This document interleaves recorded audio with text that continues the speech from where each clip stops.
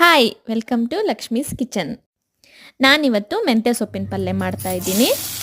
ಪ್ಯಾನಲ್ಲಿ ಸ್ವಲ್ಪ ಎಣ್ಣೆ ಹಾಕ್ಕೊಂಡು ಒಂದು ಈರುಳ್ಳಿ ಹೆಚ್ಚಿಟ್ಕೊಂಡಿರೋ ಈರುಳ್ಳಿನ ಹಾಕ್ಕೊತಾ ಇದ್ದೀನಿ. 4-5 ಬೆಳ್ಳುಳ್ಳಿನ ಜಜ್ಕೊಂಡಿದ್ದೆ, ಅದನ್ನು ಹಾಕ್ಕೊತಾ ಇದ್ದೀನಿ. ಹಸಿಮೆಣ್ಸಿನ್ಕಾಯಿ ನಿಮಗೆ ಖಾರಕ್ಕೆ ರುಚಿಗೆ ತಕ್ಕಷ್ಟು ಹಾಕ್ಕೊಳ್ಳಿ.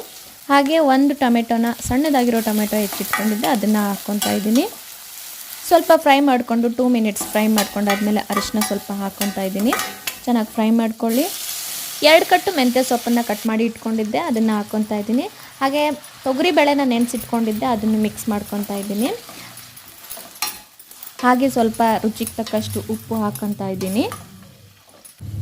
ಉಪ್ಪು ಹಾಕೊಂಡ್ಮೇಲೆ ಒಂದು ಸಣ್ಣ ಗ್ಲಾಸಿಂದ ಸ್ವಲ್ಪ ನೀರು ಹಾಕ್ಕೋಬೇಕು. ಜಾಸ್ತಿ ನೀರು ಹಾಕ್ಕೊಂಡ್ರೆ ಫುಲ್ ಸೊಪ್ಪು ಮೆತ್ತಗಾಗ್ಬಿಡುತ್ತೆ, ಚೆನ್ನಾಗಿರಲ್ಲ.